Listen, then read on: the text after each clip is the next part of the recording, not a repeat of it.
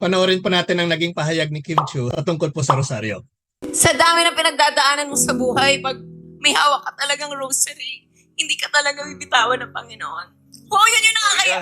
Parang yun yung greatest weapon na meron ka. Yes, kasama Yes. ko din siya. Kasama Yes! Pag nag-rosary ako, parang kausap ko yung Panginoon. So, everyday yun. Pero lately, hindi ako nakapag-rosaryo. So, parang yun yung isa sa malaking ihingi ko ng tawad. Nakakatuwa dahil may mga artista pa rin na hayagang sinasabi sa publiko ang kanilang pagiging Katoliko. As the rosary becomes also the identity of our Catholic faith and prayers, ito po ay nagsisilbi ring armas natin sa espiritual na pakikibaka. At tama po si Kim Chiu sa kanyang sinabi, and I commend Kim Chiu sa kanyang pagdadasal din ng rosaryo. Even in the times po of the apostles, hinikayat din po tayo ni San Pablo to pray without ceasing. Manalangin palagi. Now, kung ano man pong paraan ng iba ng panalangin, as long as it's a form of prayer, ay kalugod-lugod pa rin ito sa Diyos. Ngunit para sa ating mga Katoliko, ay mahalaga ang panalangin ng rosaryo dahil dito nakakasama natin si Mama Mary na ating ina espiritual. Kaya nga sa panalangin ng mga apostoles, palagi nilang kasama ang mahal na ina. Kaya sa ating simbahan, sa ating panalangin ng rosaryo, ay ini-invite din po natin ang ating mahal na ina na samahan po tayo sa pagdarasal sa ating Panginoon. Paano po naging greatest weapon ang rosary? According po sa kay Kim Chiu, halika at pag-usapan natin ito. Either this is between Girls Catholic. Malakas po na sandata ang rosaryo dahil kabilang po ito sa mga Marian prayers ng simbahan. At alam naman po natin kapag Marian prayers, base po sa mga experiences ng mga exorcist, ay talagang napakalakas na panalangin laban sa ating kalaban na dyablo. Sa bawat panalangin po nito ay humihingi po tayo ng gabay sa mahal na ina patungo sa kanyang anak, ang ating Panginoong Jesucristo. Devils are afraid of Mama Mary. Dahil sa pasimula pa lang ay malinaw na dalawang grupo lamang ang magkakalaban. Ang panig po sa babae na si Maria at ang sa dyablo na siyang ahas o si Satanas. The humility of Mary versus the boastful serpent. At kahit kailanman ay hindi mananalo ang pride sa humility. Dahil ang Diyos po ay itinataas ang mga mapagkumbaba at ipinapababa ang mga mapagmalaki. And so, Mary was raised by God because of her humility. Kaya kahit po sa ating panahon ngayon, sa tuwing nagdarasal po tayo ng rosaryo, nagsisilbi itong sandata laban sa dyablo. Dahil kung saan man naroroon ang presensya ni Mama Mary, nawawala ang presensya ng dyablo. At ito po ay pinapatunayan ng maraming exorcist sa kanilang mga experiences sa mga sinasaniban. Are you afraid of Mama Mary? Yes! Why?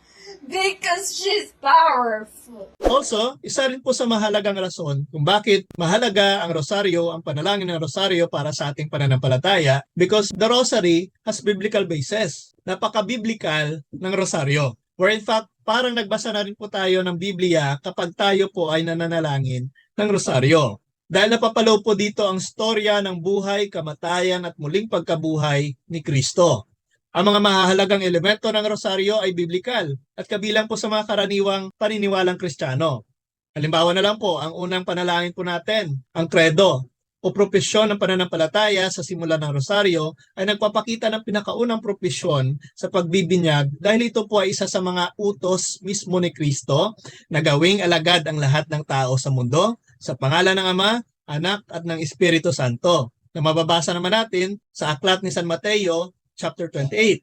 Pangalawa, ang prayer nating Our Father na isa din po sa panalangin na ginagawa po natin sa rosaryo.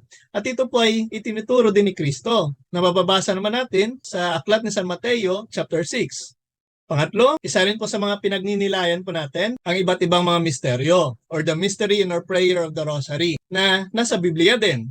Maliban na lang po sa dalawa na hindi direktang binanggit, ngunit malinaw ang kahulugan din sa Biblia. At ang misteryo na ito, kagaya na lamang ng Assumption of Mary and her crowning, ay mababasa rin sa Biblia, ngunit hindi direktang sinasabi.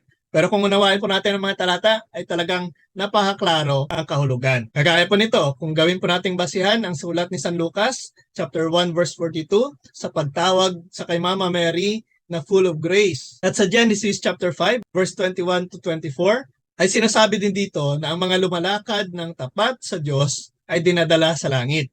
Isang malinaw na halimbawa ng ating Inang Maria bilang ina na rin ni Jesus ay dinala sa langit. And sa crowning, isa rin sa mga misteryo na hindi rin direktahang sinasabi, ngunit kung ating pagninilayan nang dahil sa si Mama Mary ay ina ng ating Panginoong Jesucristo, nangangahulugan ding siya ang reyna na tinutukoy sa Revelation chapter 12 verse 1. Pangapat po na idinadalangin natin sa Rosary, ang Hail Mary, na tumutugma naman po sa pagbati ng anghel sa kay Mama Mary at sa kay Saint Elizabeth sa pagdalaw nito. Kung mababasa po natin sa Luke chapter 1 verse 28 at chapter 2 verse 42. Sunod, ang Holy Mary Mother of God, pray for us sinners now in the hour of our death. Saan ito mababasa sa Biblia? Ganito po yan. Ang Holy Mary ay tumutugma naman sa talata ng pahayag sa Luke chapter 1 verse 28. Mary as full of grace. At alam naman po natin na ang sino mang napupuno ng grasya ay nagiging banal. At ang sumusunod na binabanggit natin, Mother of God, ay ang mismong kahulugan ng pagpapahayag ni Santa Elizabeth sa kay Mama Mary in Luke chapter 1 verse 43. And pray for us, na kung makikita po natin, bagamat hindi tahasang binabanggit sa banal na kasulatan, ang pagiging pamamagitan ni Mama Mary ay maaaring maiugnay din sa kapistahan ng kasal sa Kana, kung saan namamagitan si Mama Mary sa kanyang anak noong nagkaubusan ng bino. Ito ay karaniwan sa lahat ng mga tradisyong Kristiyano sa loob ng higit 1,000 taon hanggang po sa Reformasyon. Mahalagang tandaan na si Maria ay namamagitan para sa atin lamang at sa ating Panginoong Jesucristo. At ang ating Panginoong Jesucristo bilang tagapamagitan naman sa atin at sa Diyos. Kaya malinaw na mahalaga din ang ating panalangin ng paghingi ng tulong sa mga santo, lalong-lalo na sa kay Mama Mary. At ang sunod, now in the hour of our death, ay maaari namang iugnay sa pagsama ni Maria hanggang sa kamatayan sa kanyang anak na mababasa sa John chapter 19 verse 25 to 27 na nagpapakita na hanggang sa kamatayan ay sasamahan tayo ng ating Inang Maria. And last, glory be to the Father, to the Son, and to the Holy Spirit, ay direktang tumutukoy talaga sa Trinidad. At ito ay paraan nating mga Katoliko sa pagpupuri sa Diyos Ama, Anak at sa Espiritu Santo. Na ang lahat ng ito ay dinadalangin natin sa nag-iisang Diyos, ang Diyos Ama, Anak at Espiritu Santo. Malinaw po na ang napapaloob sa rosaryo ay ang mismong Biblia. Kaya mahalaga po ang panalangin ng rosaryo. Maliban sa ito ay biblical, ito po ay ating panlaban din sa ating pakikibakang espiritual. Sana po nakatulong ang video na ito at may ibabahagi pa po yung mga kapatid natin na dagdag kaalaman patungkol po sa rosaryo. Ito na naman po si Miss Kim Cho, no? Parang hindi nadala doon sa viral statement niya na bawal lumabas. Ito may bumabanat na naman yung sinasabi mo. Na kapag hawak mo yung rosary, parang hawak ka na ng Panginoon. Alam ko rin yung mga kapatid, bilang Katoliko, no? Ako hindi po ako basta-basta naniniwala sa mga rosary. Paniniwalaan ko, rosary lang yan. Ano ba magagawa ng rosary at maiisip nating joke